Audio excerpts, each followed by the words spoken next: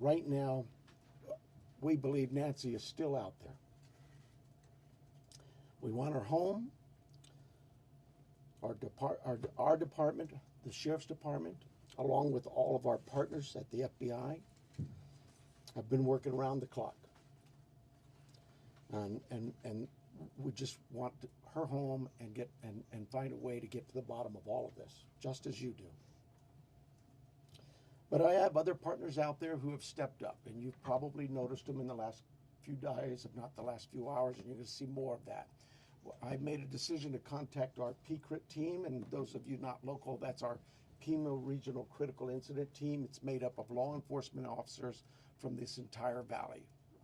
Pasquayaki Police Department, Tucson Police Department, Marana Police Department, Oro Valley Police Department, Pima College Police Department, Tucson International Police Department, Sarita Police Department. There's so many of them, and they are going to help us tremendously. And that's really done because we have so much in front of us still, and we're hoping that, I know the FBI has committed a very large number of men and women to partner with us, work side by side with us. We go do an interview, they're going to be there with us. We're going to go look at some evidence or process evidence, they're going to be right there with us. We're sharing every piece of information, all the data we can to get this thing solved.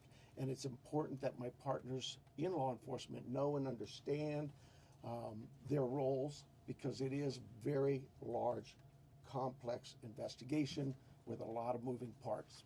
And we're at that phase now where sometimes we're waiting, right? We're waiting for analysis, we're waiting for lab reports. But even then, when they come back quickly, for example, some DNA, we rushed what we thought was the best target for DNA. We did a rush through and got some of that back. The results were minimal. I think you all know of the blood on the porch. That was one we did. It came back to Nancy. That's what we know. But there's still more items that have been submitted. We just haven't got them back yet. But in the meantime, we're not just sitting on our haunches waiting. We do have a number of leads coming in, and that's why we brought in the FBI for one, but PCRIT as well, to be able to get out there and handle these leads as they come in as quickly and as expeditiously as we can. And every single lead is looked at, every one of them. And so we're gearing up. You probably have some questions about what you've seen in the last couple of days. I'll gladly answer those at that time. But it really is about getting our partners out there. To be fair, when we went to that scene the first night, Saturday night, it was just us. Since then, the FBI and others have asked, can we go and see it as well? And that's what you've been seeing. But it is a very important case to not just me and my team, but this entire community, all of our law enforcement partners. Suspects. I know there's been a lot out there about suspects, and I want to be very clear. At this time, we have not identified a suspect or a person of interest in this case. We are working our best to do that. But to be clear, we have nobody of interest or any suspects that you would consider a prime suspect. We're just not there. We're not there yet. The timeline, I think we've got it on the board, do we not? This is a timeline that we have been able to develop with some of the things that we've had processed. Various pieces of electronics that we've gathered.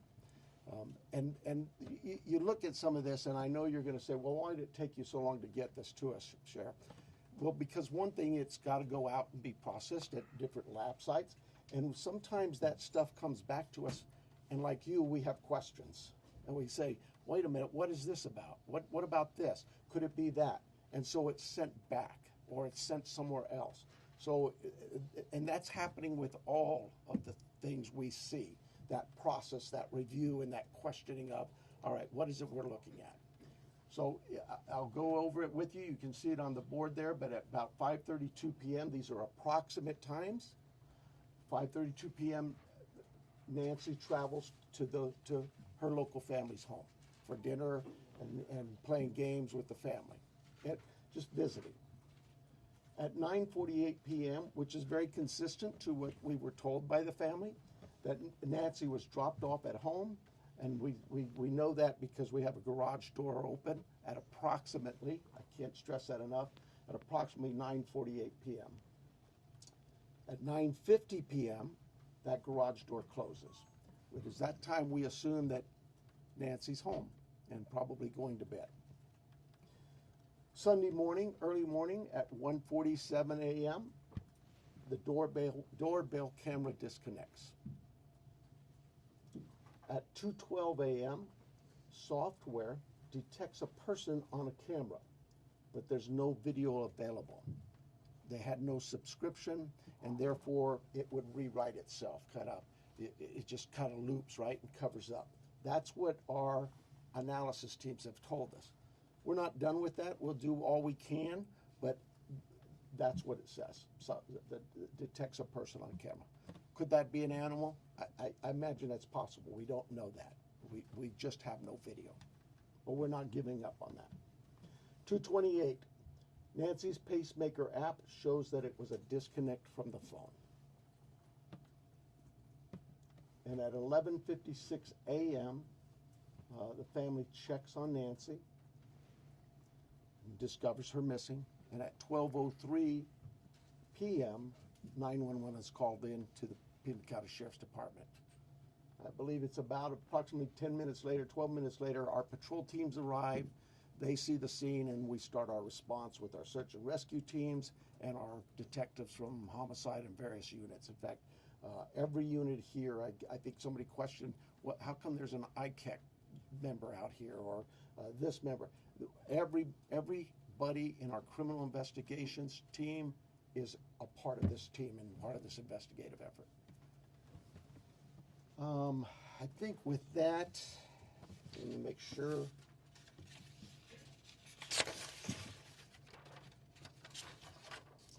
Now, I want to clarify some things that I may have already done, but yeah, I've gone over with the blood at the front door, the doorbell camera.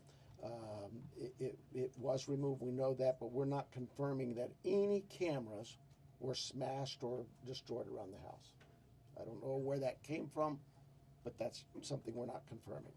The car, the car that was at the home, it's just standard investigative practices. It's part of the search warrant scene, court orders. We pull it out of there and do our scene processing with the vehicle. Uber, we did speak to a driver because Nancy, we learned, had been taken the Uber to the family residence, the daughter, for dinner. And we located that driver and spoke with them and got that information. The house, you guys got this, I think, conducting follow-up. I think you said somebody had mentioned that they saw a team out there again last night or yesterday, and that's just, again, what I was talking about before. Our partners wanted a chance to see it and examine things themselves, and more importantly, it's just we're constantly following up on things and go, hey, what about this? So we want to go back and check on some things.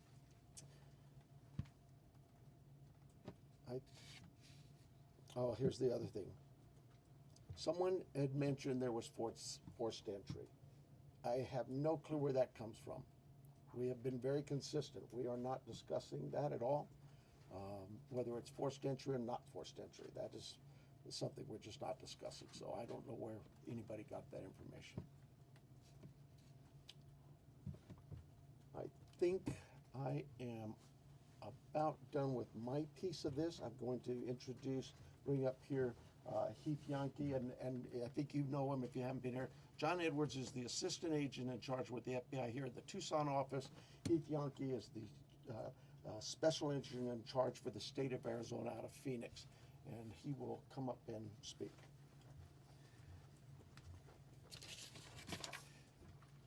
Thank you, Sheriff. Hello, I'm Heath Yankee, the special agent in charge of the FBI's Phoenix Division. First, I want to let the Guthrie family know that our hearts are heavy for them. After seeing your message last night, it is clear that you and your family are in pain.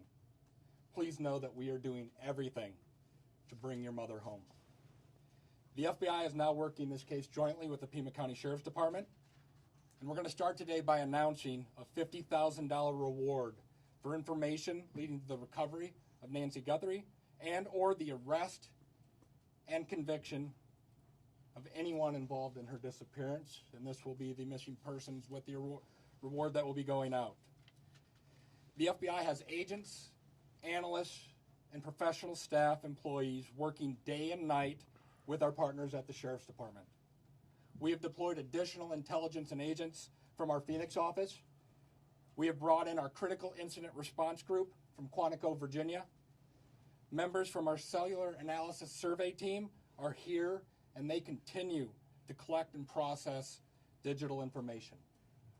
We are actively reviewing and analyzing information from all digital sources, which includes banks, social media companies, phone companies, and any other organizations where a digital footprint could have been captured.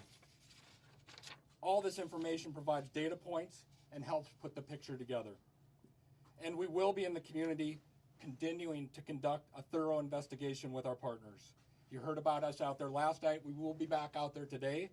I would ask the media, give our investigators the space to do their jobs while they're out there. Next, regarding the ransom letter. We are aware of a ransom letter that was sent to the local media and then to national outlets. As with every lead, we are taking it seriously. We are in communication with the family, and while we advise and recommend from a law enforcement perspective, any action taken on any ransom is ultimately decided by the family. Thank you to those in the community that have called in tips. For anyone out there that may have information, no matter how small you think it may be, please report it.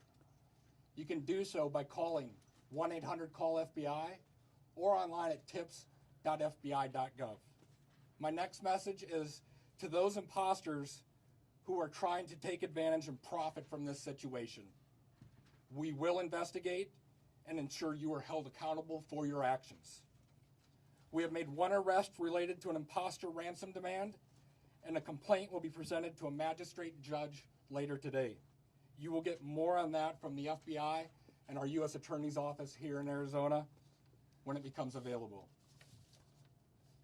To anyone that may be involved, do the right thing. This is an 84-year-old grandma. This is an 84-year-old grandma that needs vital medication for her well-being. You still have the time to do the right thing before this becomes a much worse scenario for you. Please return Nancy home. Thank you. Alright, so you want to call him or you want me to call him? You can call him up. Okay, so the first person we're going to start with the list is going to be NBC National, Liz Fritz. Right here. Can you walk us through that timeline from when you believe, if you look at this here, from 147 to 228, what you think happened there, and what particular software would have detected somebody on camera? Yeah, I don't. I know we know the software that was there. But I'm not. I'm sorry. I'm just not in the weeds. I know that. Think of your doorbell cameras. Somebody walks up. My wife's. If I walk up, she gets an alert, and it's usually something like that. A person's detected. So to understand then the follow, one, does that mean that it was about a 45-minute span that this suspect or suspects would have been on the property? And then also, does this essentially mean that you've cooperated with the tech companies and you can officially say that no surveillance video is available from the home? We know that the tech company that we sent that camera off to, yes, they've said they've run out of ways to recover any video. And was that about 45 Next minutes? person's going to be ABC News, Aaron Katersky. Yeah, I'm sorry. Was what 45 minutes? Can we say it's about a 45-minute span that somebody would have been on the property then, from 147 to 228? Yeah, I think those times speak for themselves, and it is about, like I say, those are approximates. So yes. I'm sorry. Who was next? Did you say? Aaron Katersky, ABC News. Hi, Sheriff. Thanks very much. Is there information that you are purposely withholding because of the active investigation that might be leading you in a particular direction? You know, this is no different than any criminal investigation that we conduct here. Law enforcement has conducted investigations since 1865 here in Pima County. We're always mindful of what it is that's in front of us and what we should release and can release. There's legal guidelines that guide us, but there's also strategy too. So, you know, I'll leave that for you to determine.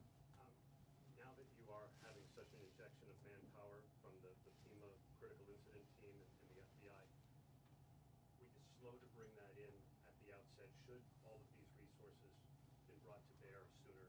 I guess that you know, it's Monday morning quarterbacking. I do it all the time, so you have the opportunity to do it for me. I'll take that hit. CBS News, Jonathan Migliotti. Sheriff, over here, has there been any proof of life, and has there been any sign of life?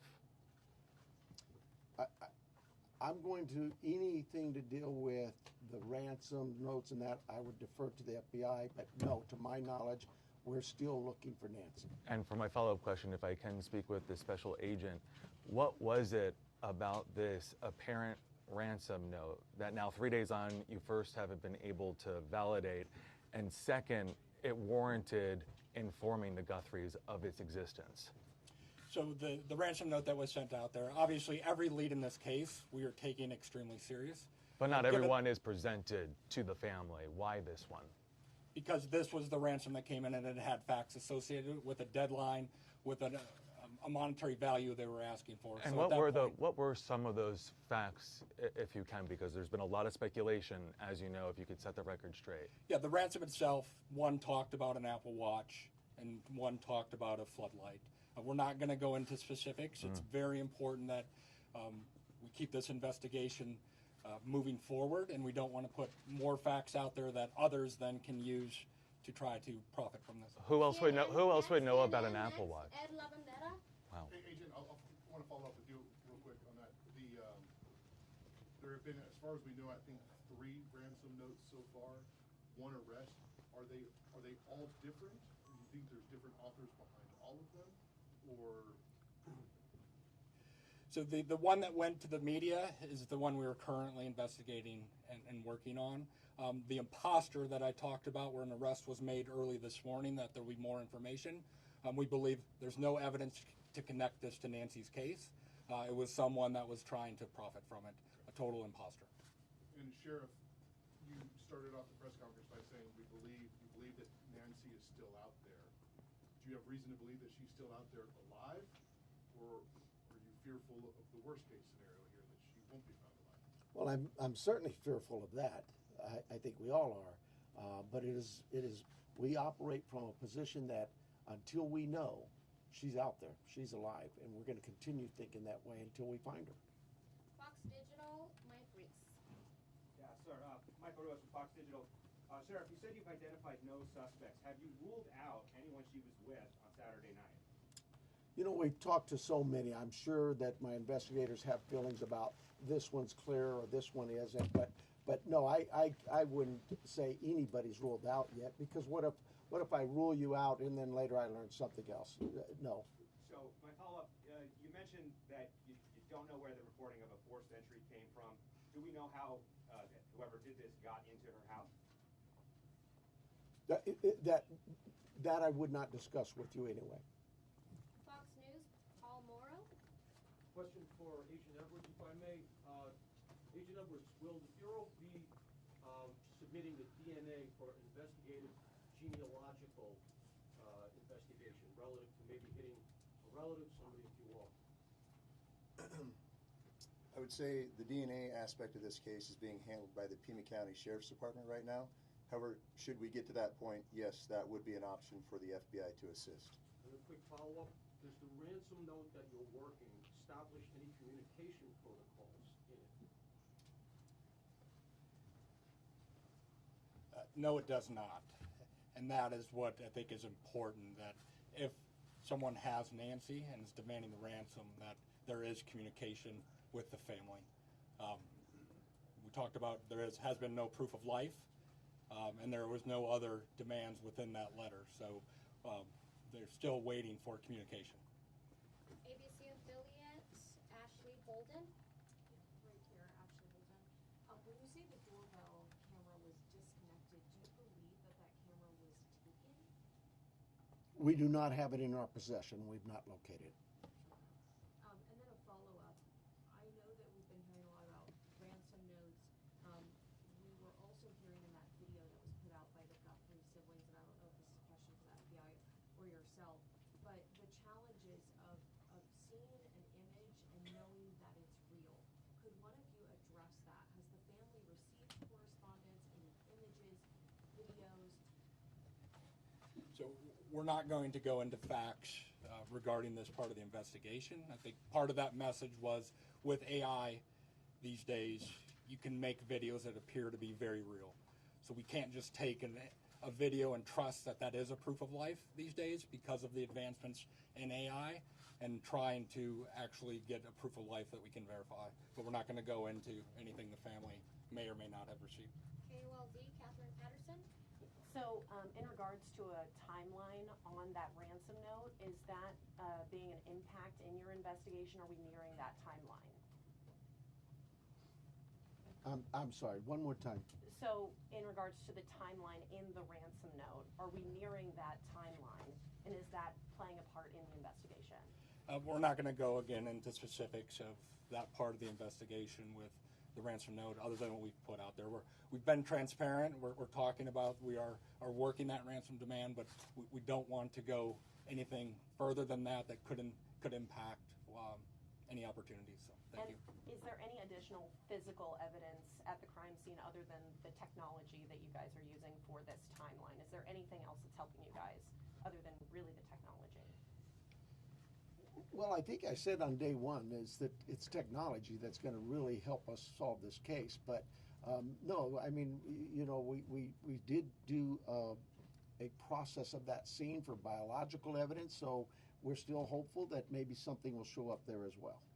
Arizona Republic Richard Relas. Agent Yankee? Yes. We saw on the scene, I believe it was you, taking a tripod into the home of the sister. How involved was the FBI, if at all, in creating the video? Any advice for the family on what to say? I would say we use our expertise and provide consultation and advice anytime a family would ask for our advice in a kidnapping. It's ultimately the family's decision of what they put out and any messages they put out. But we were, obviously, you're all documenting every move we make. We were there last night in talking with the family. But every decision is theirs. Right, and that was a tripod and a ring light. And Sheriff Nano, you said the blood was found on the porch and on the front stoop. Just wanted to verify that. I say porch, front stoop. It's all in that same general area by the front door. Front of the house. Front door, yes. What, given her medical condition and the fact that it was her blood, as you say, what would her medical condition do with her recovery if she indeed bled out or was bleeding when she left the house? Well, again, I've got to be careful for HIPAA, but I would say this. We know she is in need of medication, daily medication. And we also know that this is day 4 or 5 and still we don't know that she's getting her medication. That could in itself prove fatal. And for the No, that'll be for that the question. For discerning- KGUN News, we have Craig Smith or Athena. I'll get that for you. Craig? KGUN, Athena, Oh, West. okay. Have you been in communication with anyone who you believe could be the kidnapper? You know, it goes back to what we talked about. Nobody's eliminated, but we just really don't have enough to say, this is our suspect, this is our guy, we know, or our gal. We just don't know that. And it's really kind of reckless to report that someone is a suspect when they could very well be a victim. It just, I bring to you, to the media, I plead with you to be careful of what it is we put out there, because we don't have anybody here listed as a suspect, and you could actually be doing some damage to the case, but you could do some damage to that individual too. Social media is kind of an ugly world sometimes. And how You know, I would tell you this. Look, nothing's off the table. If we get a lead that there's somebody, hey, you've got this over here or over here, we're going, and that will expand and expand and expand. I think the FBI, with their billboards, they're now planning to put those up at every state around here, at all of our neighboring states. So, yeah, we use you, the national media, the FBI with their national outreach, to affect that for us. But as far as the actual investigation, naturally the scene is the primary, and we just keep spreading it out as we get more and more leads. Court TV, Cody Thomas. Hi there, Sheriff. Actually, my question is for Agent Yonke.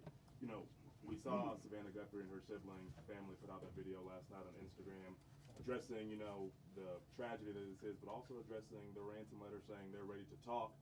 My question is, did the FBI or any other agency help them craft that message to put out on social media? Like I said to the previous question, we have an expertise when it comes to kidnappings. And when families want advice, consultation, expertise, we will provide that. But the ultimate decisions on what they say and how they put that out rests with the family itself. And as far as suspects, I know we haven't identified one, but what type of suspect or suspects do we think we're dealing with here? At this time, like the sheriff has said, there is no primary suspect identified, so it could run the gamut. So. KPNX, Troy Hayden. Are you actively investigating the son-in-law in this case? There were reports earlier this week, and you refuted that. You said you haven't eliminated everybody. Have you eliminated him or come close to it, or are you actively looking at him? We're actively looking at everybody we come across in this case. Everybody.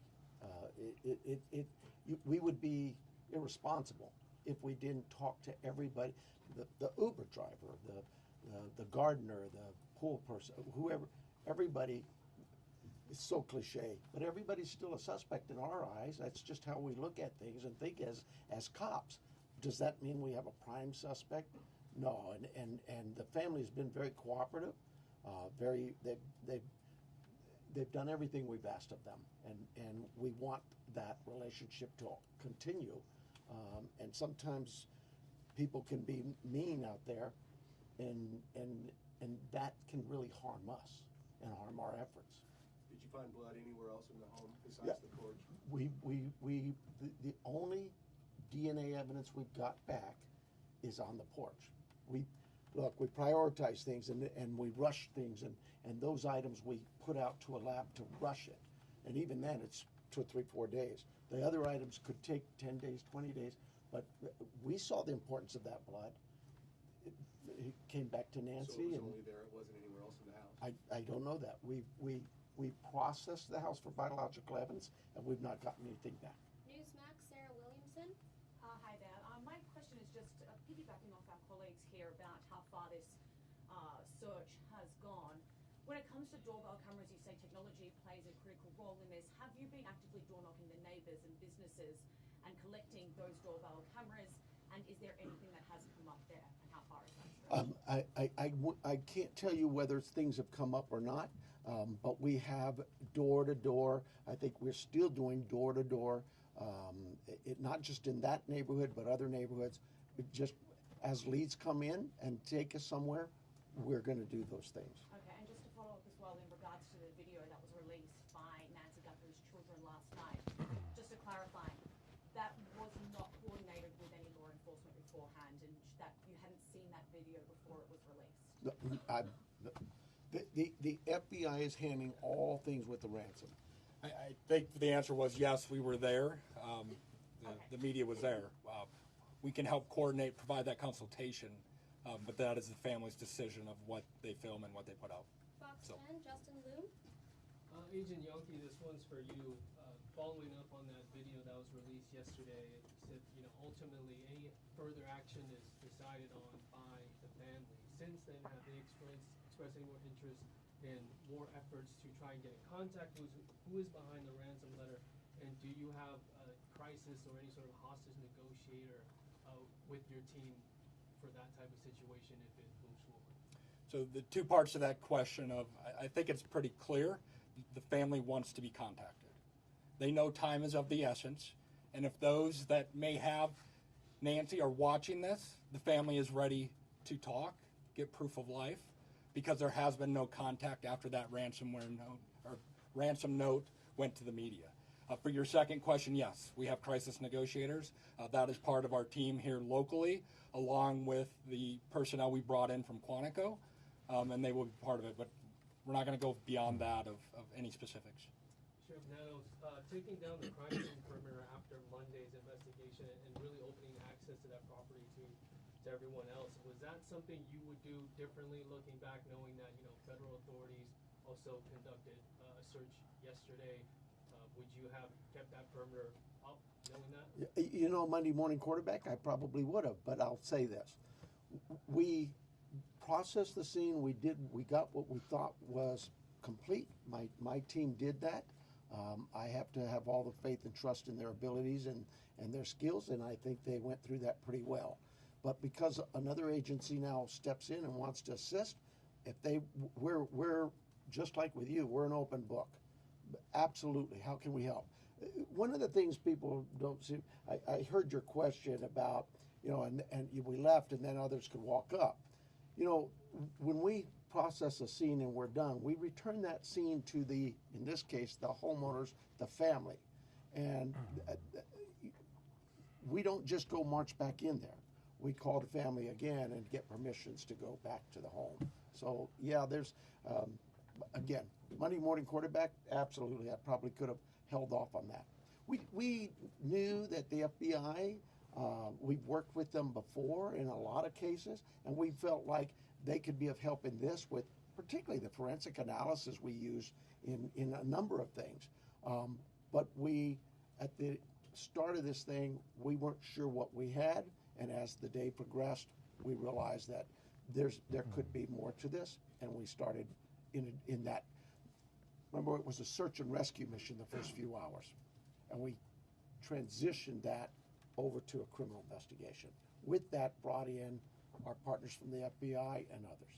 Have you heard from President Trump Claudia on the resources? Univision, Claudia I was Ramos. actually going to ask about that. We saw the message yesterday. Are you next? Claudia, yeah. Okay, I'm sorry. Univision. Following up on that, we saw the message from the president yesterday. Have you personally received any communication from him or No, and I wouldn't expect that. He too is a busy man, right? And I would say this: we thank him for him opening up his entire law enforcement team, as was put out yesterday, and we know, you know, I know my local reporters here know we've always worked well with all of our partners in law enforcement. Maybe it's something unique to Southern Arizona, and the rest of the country doesn't see that, but this isn't new for us. We've done this. Gabby Giffords, I headed up that investigation many years ago, and we worked side by side. Could not have got things done if we weren't with the FBI on that.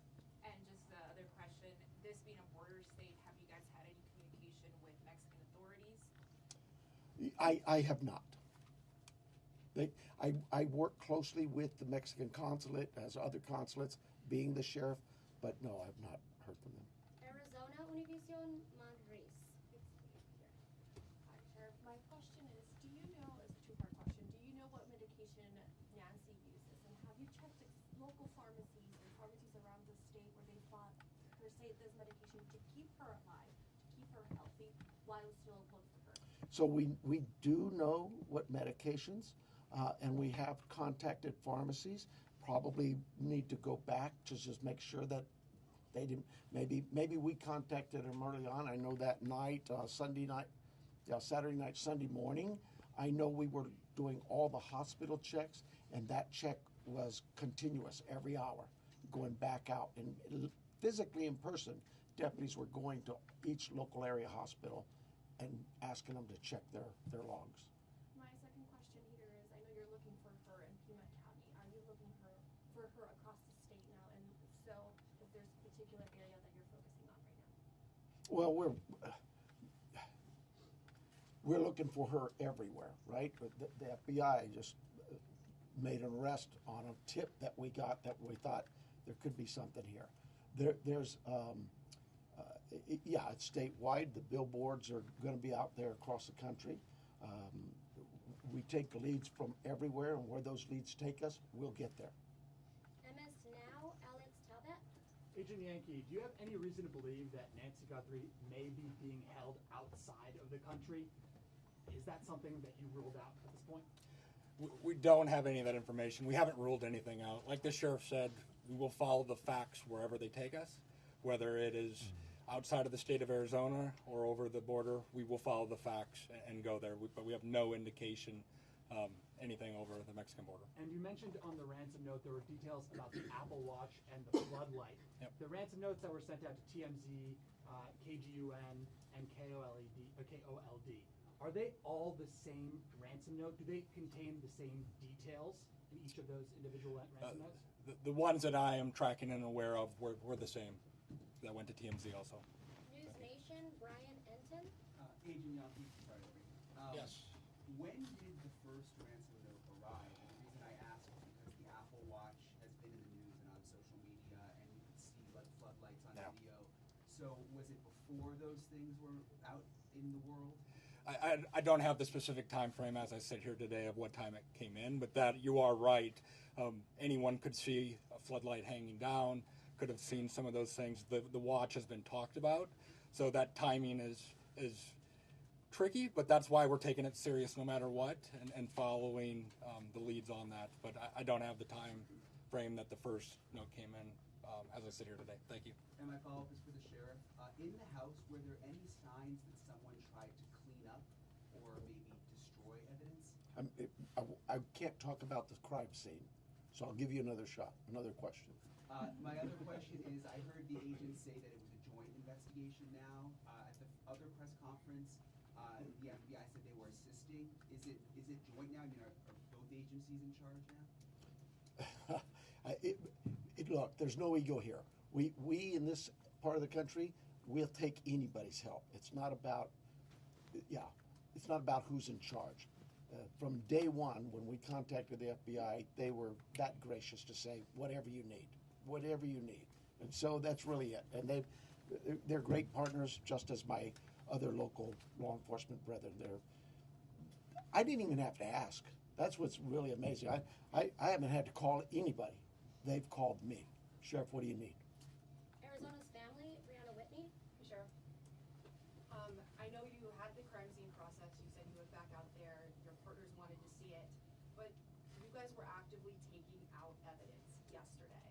Was there something you missed the first time, or did you get a new piece of information that led you to believe you needed to go back out and take more than you had that first day? You know, I know that we get information that will come, and this is just any crime scene that we look at. We may go out to a crime scene and think we've got it all, go analyze the evidence, and something comes back and says, hey, did you check this? We're not going to just say, oops, and not go. Absolutely. In this instance, it really was the FBI just wanted to go, hey, can we take a look at it? Are you worried about that being contaminated at all because there was people in that? You know, I'll let the courts worry about that. We will certainly be open to the courts of anything that's been removed from that house, and we follow the rules of laws. We get court orders and go back and reapply for another warrant if need be. All of those things we're very careful of. Arizona Public Media, Lynn Boyd. Ellen Boyd over here. In that news release yesterday, there was a report of a trespasser. Has the Guthrie family dealt with any incidents, threats, whether that's trespassing, social media threats, anything of that nature? I am not aware of any of that. I know that we, as with any case, again, we would look at all of the background of calls to those families or their residents and see if there's anything there, or even in that neighborhood. Those things have been looked at. I don't know of anything that was reported in even the last 30 days or 60 days. Nobody's come to me and said, hey, next door you had a burglary. Follow up for the neighborhood where Nancy's home is. Can you give any more details on that trespassing incident? I don't have them. Telemundo, Jesus Gonzalez. It's for the FBI. I just have a question. Can we confirm if the FBI director is coming for the investigation? Yes, Director Patel is being briefed several times a day on this investigation back in D.C. He does have a trip scheduled to Tucson that was pre-scheduled before this, but he is receiving consistent and constant updates from our team here. You coming today? He is not coming today. And before you go to the next one, I know you may have had a follow-up question, but I think I overstepped you. So if you wanted to ask, I'll give you that opportunity. Thank you, sir. Absolutely. Thank you. At what point do you deem the ransom note not credible if there is no communication that follows up since you received it? Like, what's that timeline where you say, no proof of life, there's no more, this isn't credible? I think we start to look at what the deadlines were in the note. First, I think was 5 o'clock today, and then it had a second deadline after that. So we are continuing in a normal kidnapping case. There would be contact by now, trying to discuss that. But those are the time frames we are looking at as we move forward. Are you able to say that second deadline that was given? I don't have that with me right now. So thank you. Sorry about that, brother. Entertainment Tonight, Denny Directo. Yes, my question actually is for Agent Yonke. There was a report that said the ransom came from an email and that the FBI was actually looking into that IP address. Any updates on that? Nothing that I can release. Thank you. And then also, there's also conflicting reports about who was the last person to actually see Nancy and drive her home. We know she took an Uber to Annie's house, but can you confirm whether it was Annie or her son-in-law Tommaso who took her home that night? I think the timeline that the sheriff provided was a family member, but Just family. We're going to go with family. Record TV, Vandry Piera. Sir, we are Fort National, so we're not familiar with the area, so we think that it's a remote area.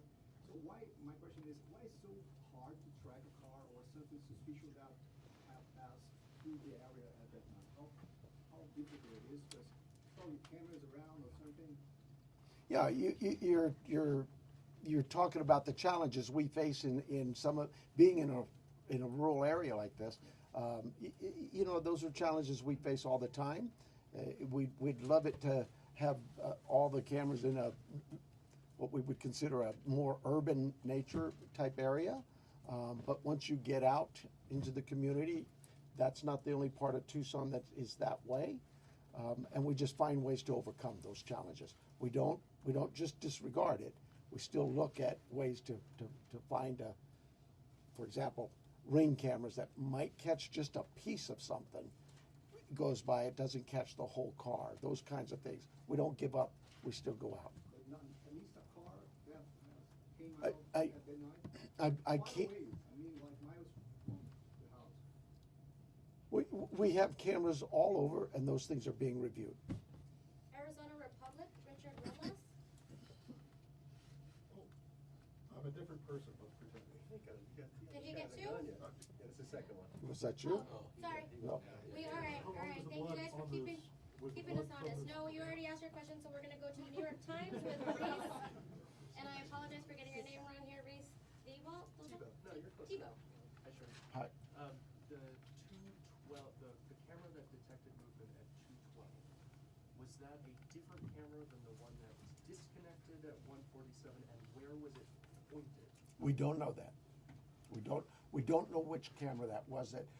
When we did the software, it just told us that a person was detected. But I'm unaware of which camera that was. So there were multiple cameras, and you're not sure? Sure. There were multiple cameras at the home. Okay. And is there a possibility that this is not a ransom situation, and if so, what else could it be?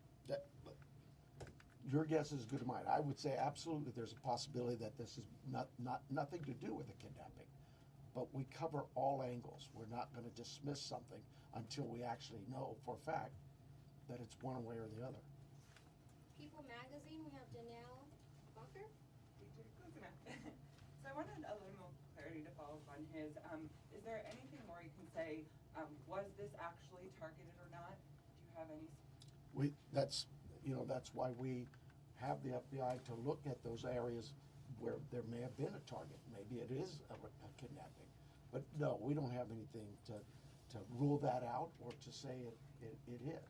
And as far as the ransom notes, there was a part in there about Bitcoin. Are you looking into that now, investigating? Yes, that's part of the investigation. Can you go and elaborate any further if you found anything or if there's any ties? or any suspects tied to that Bitcoin? There is not at this time. Associated Press, Sajal Govinder. Hi, Sheriff. Just to follow up to a You're prior- Joe? I'm sorry? You're Joe? Govindera. Oh, I thought you said Joe. Okay. Just to follow up to a prior question, you had said early in the investigation that authorities don't believe Nancy Guthrie was targeted. Why don't authorities think that Nancy Guthrie was targeted? Who said that? Who said they didn't You think had said she? that early in the investigation.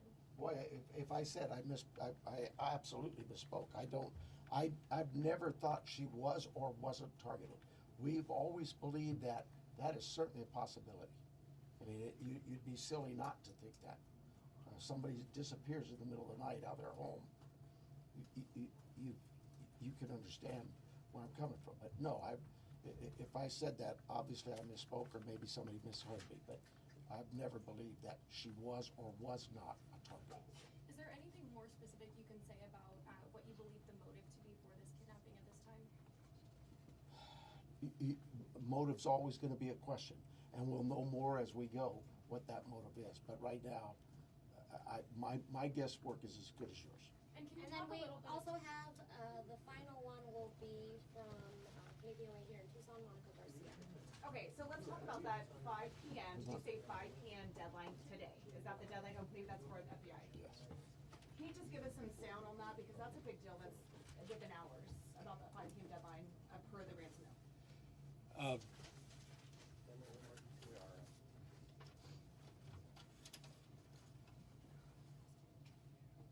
And then what's supposed to happen after that?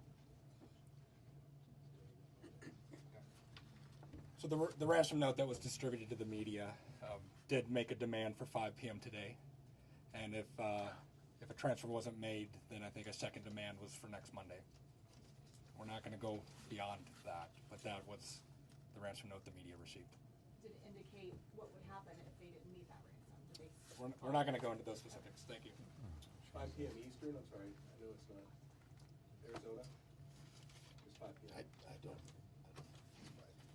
It's 5 p.m. Just 5 p.m. Sorry about that. Inside Edition, Jim Murray. Special Agent Young, It must be local. given the fact that the FBI participated in the creation of this family video, does that suggest your belief that the author or authors of that ransom note, in fact, have Nancy Guthrie? Again, we're taking the ransom note serious, and we are following that part of the investigation. And does the fact that there is a ransom note suggest to you that Nancy Guthrie was taken specifically because she's Savannah's mom? There's nothing to indicate that. Thank you guys so much for all of your questions. Thank you. Sheriff, Thank let's you very have much. One more note about what happens next year, or what doesn't happen next year. Well, it's what happens for us is we're going to continue working. For you though, I hope this worked out well for you. But right now, I have no plans to schedule any further press conferences unless we have some real evidence or something to bring up to you. It's pretty pointless to just keep hounding the same things over and over. And as